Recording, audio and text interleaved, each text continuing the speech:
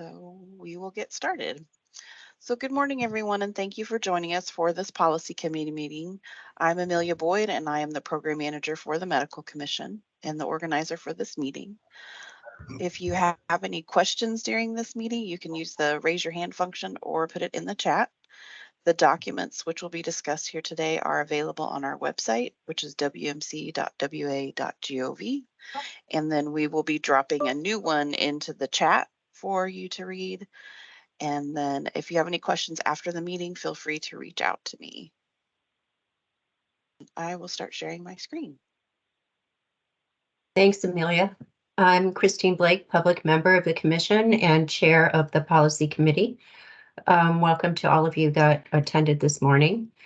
We have a couple of interpretive statements to go over today, and we will start with the proposed interpretive statement on qualified physician under optometry law. Mike, I'm going to turn it over to you to go ahead and present this. Okay, and thank you. And first, I want to say we got a number of comments on this. And Amelia, you're going to put in the chat the comment from Dr. Dale Tosland. Is that right? So unfortunately, it won't let me, but I will go and email it to everyone who's registered. Okay, I'm going to see if I can, because I have a PDF. I turned it into a PDF.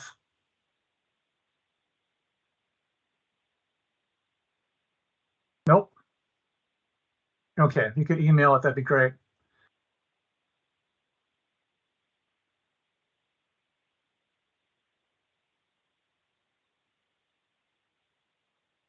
Okay, this is you could scroll down. This is a proposed draft interpretive statement interpreting the term qualified physician in a law that was just passed by the legislature this past spring. And the background is that the legislature passed a law expanding the scope of practice for optometrists and allowing them to do certain procedures provided they meet certain conditions. They have to get an endorsement from the Board of Optometry, and to do that, they have to meet certain conditions. One of the three conditions is that they have to enter into an agreement with a qualified physician licensed under Chapter 1871 RCW, or an osteopathic physician licensed under 18.57 for rapid response if complications occur during advanced procedures.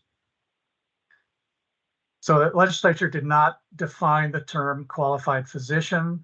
And since the law mentions specifically the medical commission, the medical commission is proposing, or at least we are proposing to the medical commission, that it define the term qualified physician. And the draft proposes that to be a qualified physician, to respond to complications when an optometrist performs one of these procedures, is that that physician has to hold a license to practice in the state of Washington with the Washington Medical Commission. They can't be under any type of disciplinary action by the commission. 3, they have to hold a certification from the American Board of Ophthalmology. And 4, they have to have a surgical suite or hold privileges at a local hospital. These requirements are intended to make sure that patients are safe and that if they have a qualification, that they're treated by somebody who's competent to treat that complication. We have feedback on that. We have several letters, one from the Washington Academy of Eye Physicians and Surgeons from Dr. Kramer.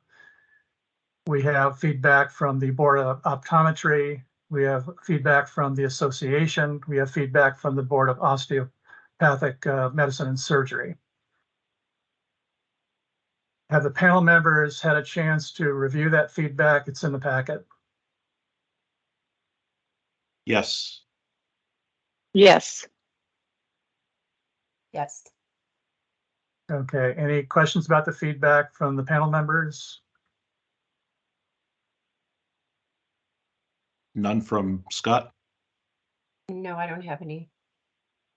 None from Sarah. Okay, and I think before we go to the feedback from the audience, I want to raise an issue about what's the best way to go forward. This proposal is an interpretive statement. Another option for you to consider is rulemaking. That's a more lengthier and deliberative process and would provide the commission with more feedback from the public and from stakeholders. I want to say that the Board of Optometry is engaging in rulemaking. I believe they just filed their CR 101. In other words, they're just beginning that process to help implement this statute. But we don't have to discuss that.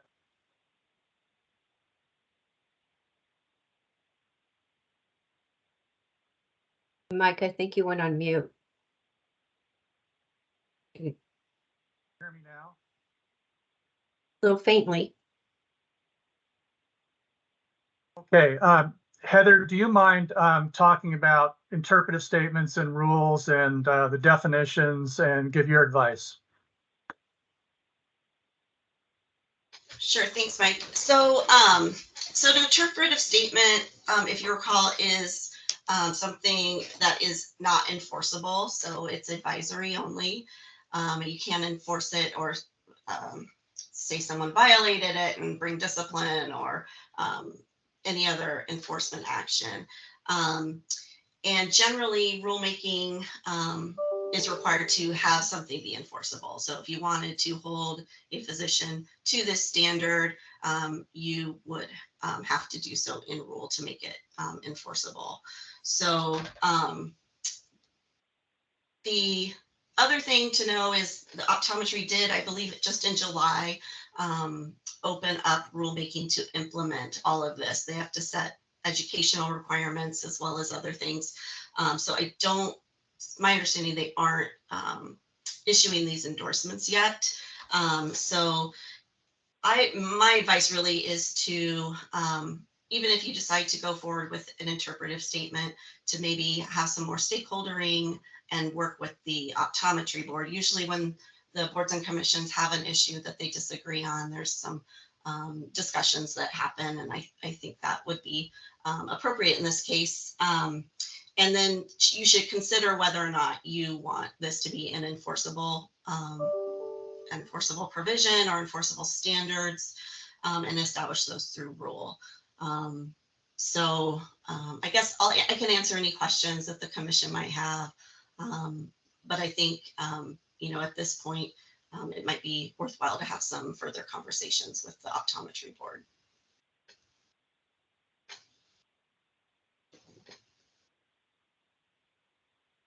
It's Chris. I would agree with that. I think that makes a lot of sense.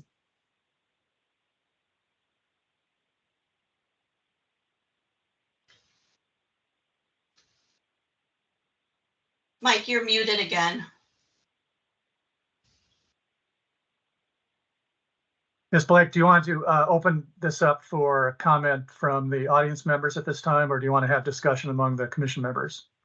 Do the commission members have any comments before we open it up? My only comment is I would like to hear the feedback first. Okay. Then, yes. Sarah, are you okay with that? Yes, I agree. Okay. Then let's do that.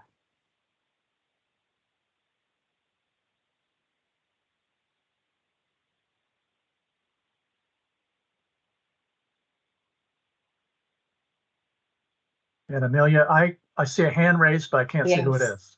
It looks like Bill Prothero. Go ahead. Good morning. My name's Bill Prothero. I'm an optometrist representing the Washington State Board of Optometry. Are you able to hear me okay? Yes. Yes. Okay. The Board of Optometry has just begun the process of rulemaking to implement the changes approved by the state legislature in Senate Bill 5389. The Optometry Board will be welcoming comments and suggestions from all the stakeholders as we progress through the process of rulemaking. That being said, the Optometry Board was somewhat dismayed when we learned that the Washington Medical Commission was considering issuing an interpretive statement this early in the process. We feel there are several significant problems with the proposed interpretive statement and feel that public health and safety would be better served by discussing these issues as we proceed through the process of rulemaking, and that a unilateral interpretive statement would fail to achieve any kind of consensus. Thank you very much for letting me comment today.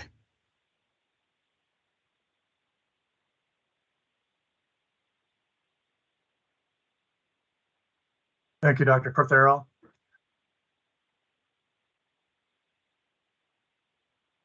Anyone else? There's no other hands raised.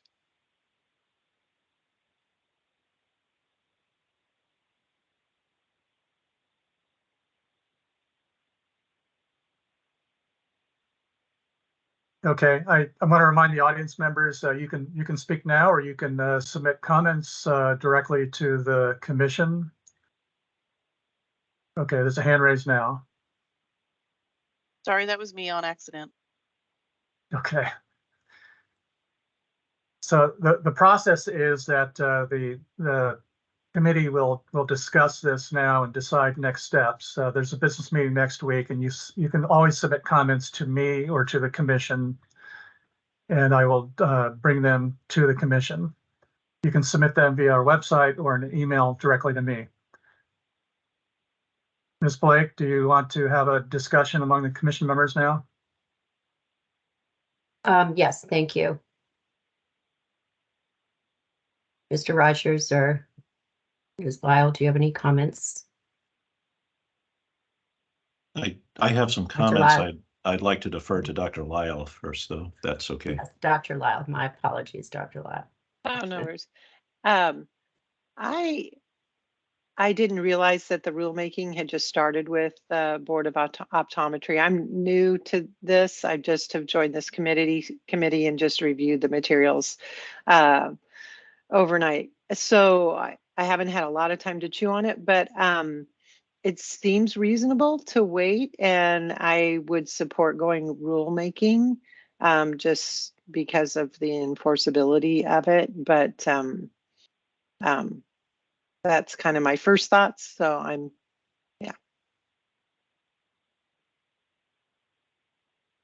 Yeah, I just reiterate Dr. Lyle's concerns. I mean, we've got some really good feedback that is directly at odds with one another from the optometrists and from the ophthalmologists, and I think it would be very wise to try to go through more discussions and try to resolve those.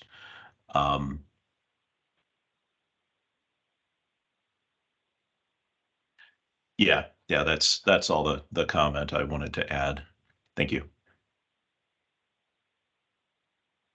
Thank you. We do have a comment in chat.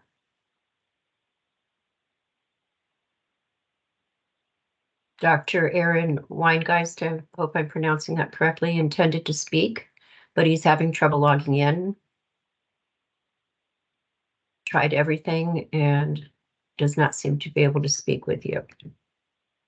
Would he like to type his comments into chat and then have them read to us? Amelia just sent a call in number.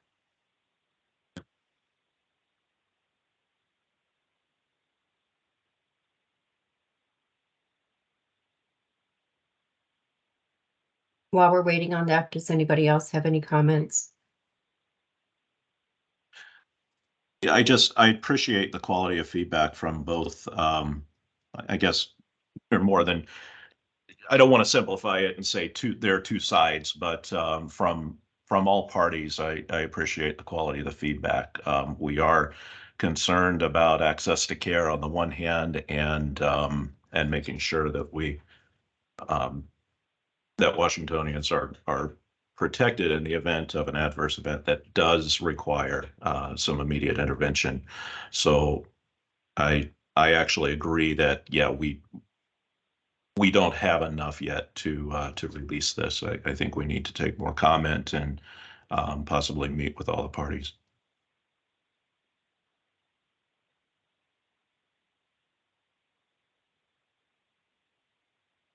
Thank you for that. See if that call-in will work. Or as mentioned, is that something that can be put in chat?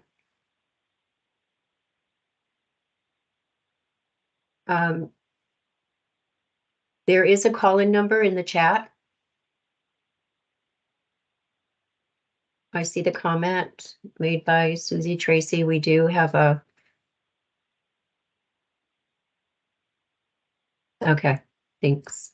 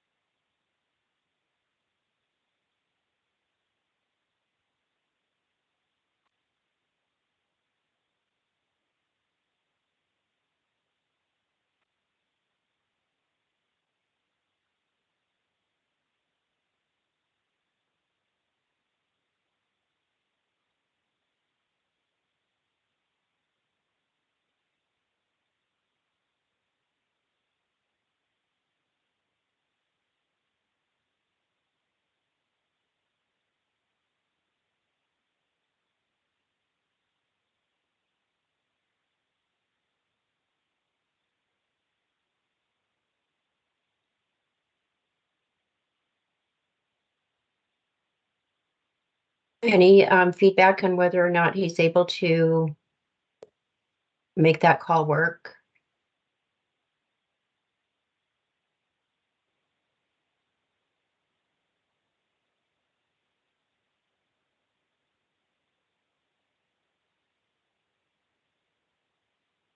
Thank you.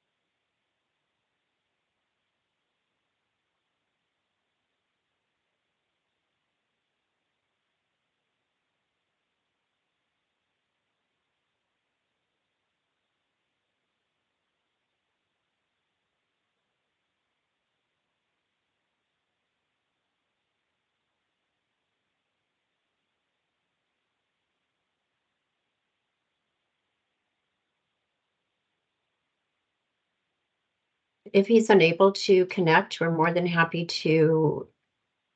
Okay, can't hear anything. Can he? Okay, can you hear now?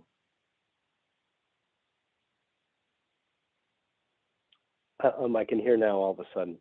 Okay, wonderful.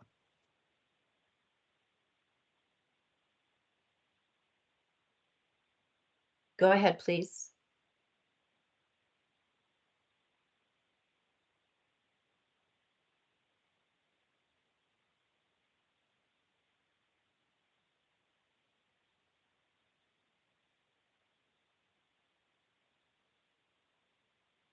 You can go ahead with the comments that you wanted to have addressed.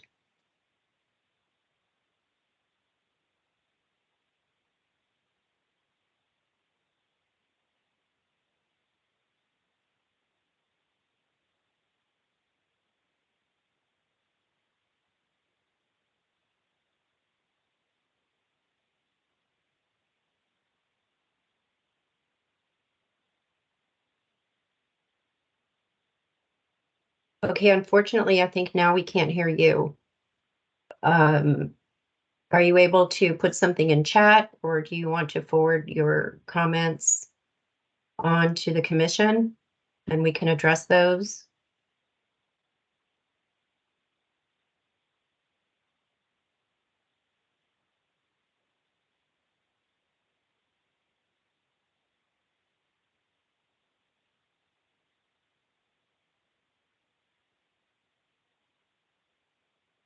Yeah, he's not muted. I'm not sure why he's not able to talk now. Yeah.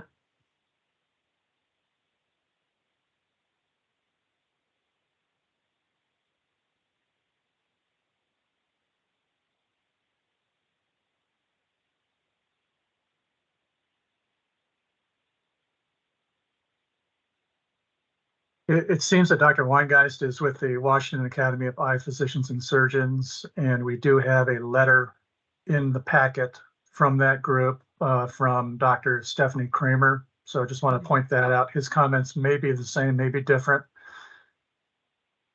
But if he wants to submit new comments or additional comments or any comments, he can do that following the meeting.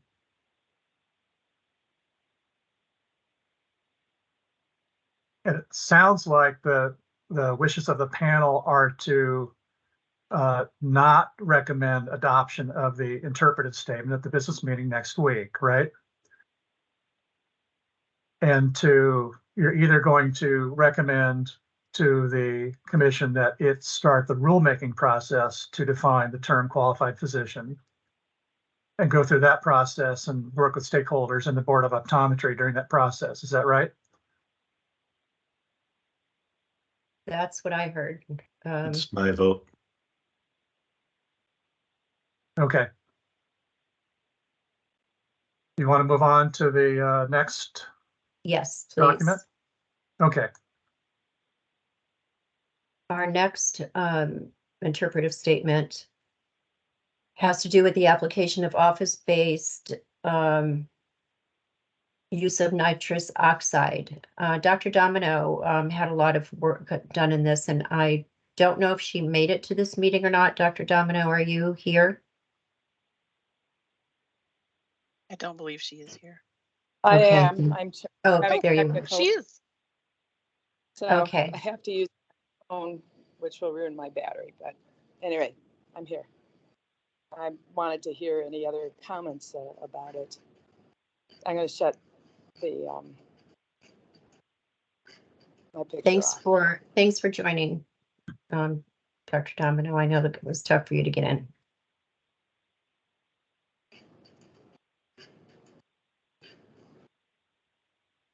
You want me to give some background on this? Sure. Yes, please. Okay. Mike, do you want to do the background? Yeah. Yeah, I'd be happy to. The Medical Commission has a rule governing office-based surgery, and we got some comments and had a meeting with physicians who say that the use of nitrous oxide in the office, while it doesn't really come within the definition of minimal sedation, which is exempt from the rule, and therefore it applies, believe that the physician should be able to use nitrous oxide in their offices without complying with every aspect of the commission's OBS rule, particularly the requirement to have the facility certified and by an accrediting entity approved by the commission, which takes a lot of time and expense. So they asked us to consider drafting an interpretive statement, essentially exempting nitrous oxide from the requirements of the rule. So what this document does is it says that if nitrous oxide is used in the office at a concentration of 50% or less, it's not used with another sedative, anesthetic, or opioid drug. And when the facility in which the procedure takes place has specific safeguards, and they're listed below, then the physician can use nitrous oxide in his or her office on a patient without having their office accredited by an accrediting entity. So that's the bottom line for this. So what this does is it imposes certain requirements on the physician using nitrous oxide to make sure that the use of nitrous oxide is done in a safe manner. And these provisions that are in this proposed interpretive statement essentially come out of the requirements for the office-based surgery rule, minus the requirement for accreditation, and inserting a requirement concerning scavenging, which is near the end. So just so everyone knows, the naturopaths are allowed to use nitrous oxide. And there's an interest in some physician groups, particularly it came about through urologists who are doing office procedures that are not major but can cause discomfort. And you know, as long as it can be done safely to both the practitioners and to the patient, we, you know, I thought it was fine. I've run this past. People nationally are doing this. It's allowed in dental offices, and I think the large thing, I mean, if you look at it, it's fairly restrictive. We even wrote in that they should have vital signs taken during the administration. They need a separate provider there. They have to be trained in the use of it. And Mike, did you put in the safe storage part of it that was brought up at the webinar we had? I'm looking, but I can certainly add that. Yeah, I think, you know, it is a substance of abuse. And so it would be good for safe storage, I think.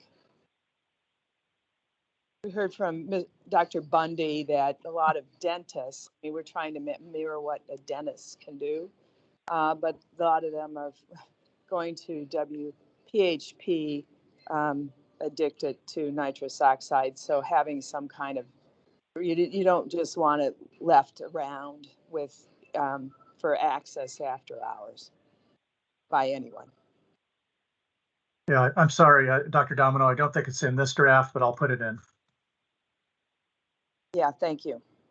I didn't see any changes, things sent, but I didn't get to check emails last week. I was busy early this week, I should say.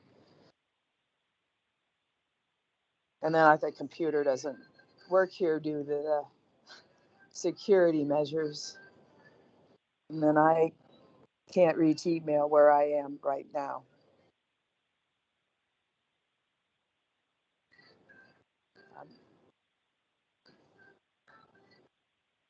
Any questions?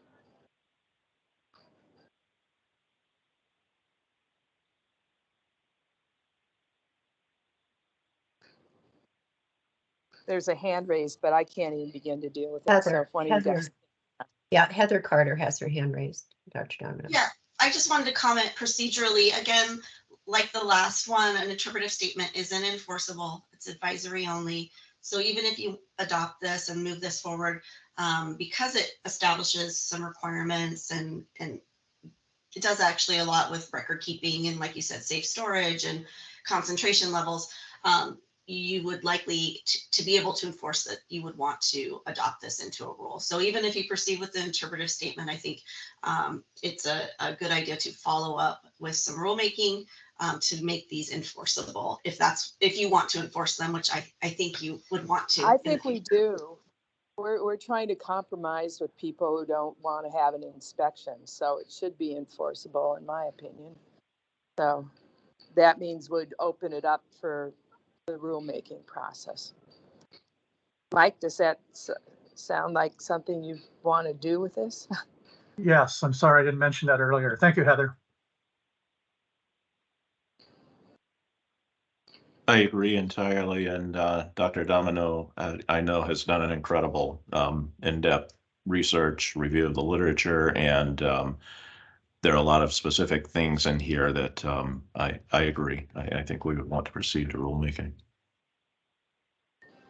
Yeah, I think we want to ensure patient safety, but we would like to be flexible with it. It really, I mean, dentists use 50%. There are devices that limit you to 50% or less. There are certain things about it we want to have for patient safety, as well as provider safety.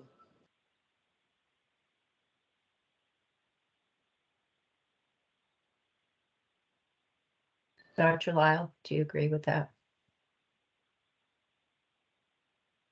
Yes, I agree. And thanks for this work, Dr. Domino. I'm just, as I mentioned, new to it, but this seems prudent and reasonable. I mean, an example of one of these things is, so for instance, I was in Texas last month for a talk, and one of the anesthesiologists just asking, because people do have this available, and he said actually he had prostate cancer, and he was having a radiation procedure, and they were going to inject something between, near the rectum and in the perineum, and it is very painful, but it does prevent proctitis. And he said that he was offered either oral benzodiazepine, which doesn't take away pain at all, or 50% nitrous oxide, either or, and it worked. It did help. He said it still was painful, but he did just fine, and it was a couple minute procedure. So I think this is mostly what they're talking about in these kind of things. So allows patients to have some pain relief in a safe manner.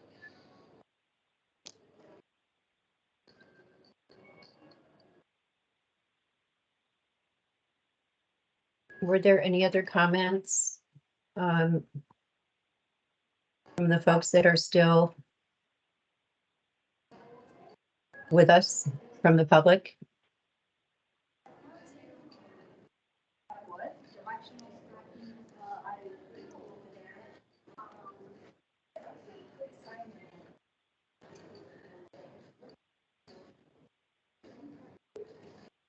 I don't see any. Amelia, do you see any comments or hands raised? I didn't. No, I do not. Has Dr. Weingeist been able to call in yet?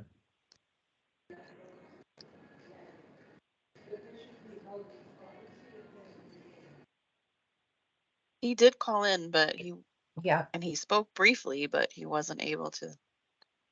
I think he might have self-muted. I'm not sure, but he's not on the line now. They're going to forward any additional comments for review. Let me just say that one of the people asked us to consider it was the former, I don't know if she's still president of the Washington State Society of Anesthesiologists. So she and WISMA is very interested in this as well.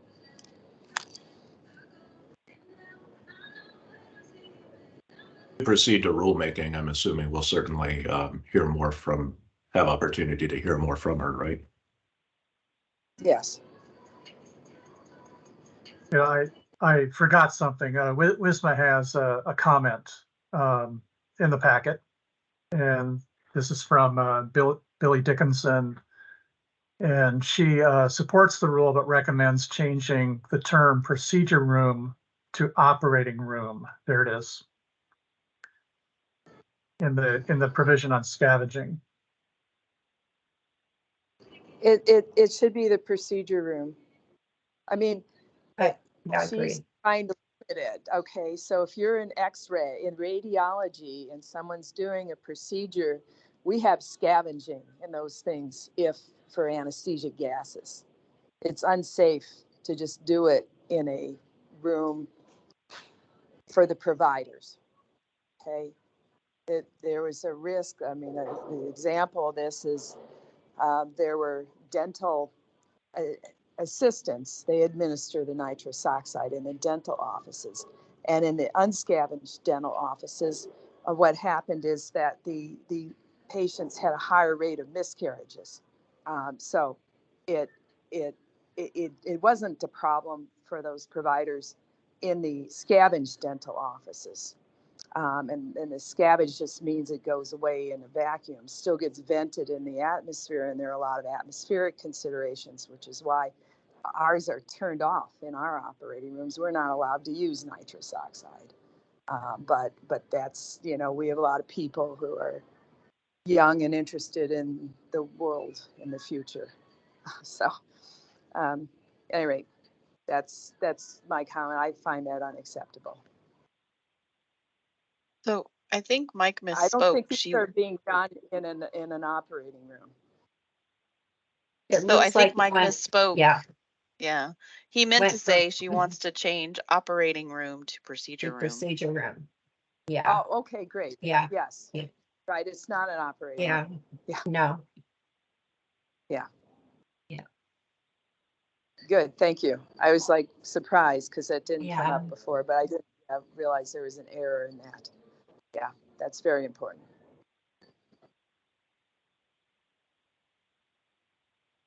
Any other comments or questions?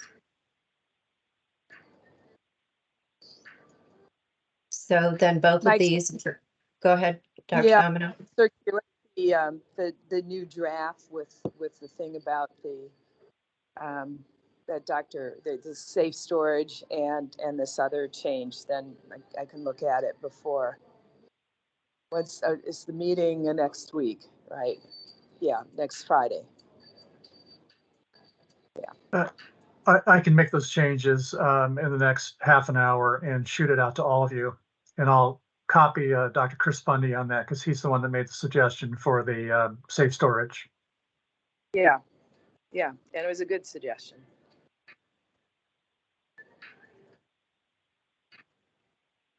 Any other comments or concerns? So both of these interpretive statements are moving to rulemaking. And and you're going to look at the final draft. We'll look at the final draft with the inclusions as requested for this one. Yeah, so I think the panel's wishes are a little bit different for these two. The first one is rulemaking only, no interpretive statement. This one is recommending the adoption of the interpretive statement and asking the commission to begin the rulemaking process. Is that accurate?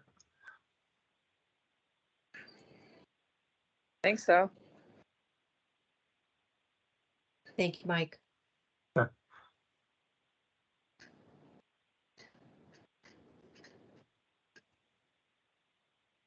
Well, then if there are no other comments or questions, I move to adjourn the meeting unless, Mike, you have something else you want to add prior to that. Thanks. Nothing. Okay.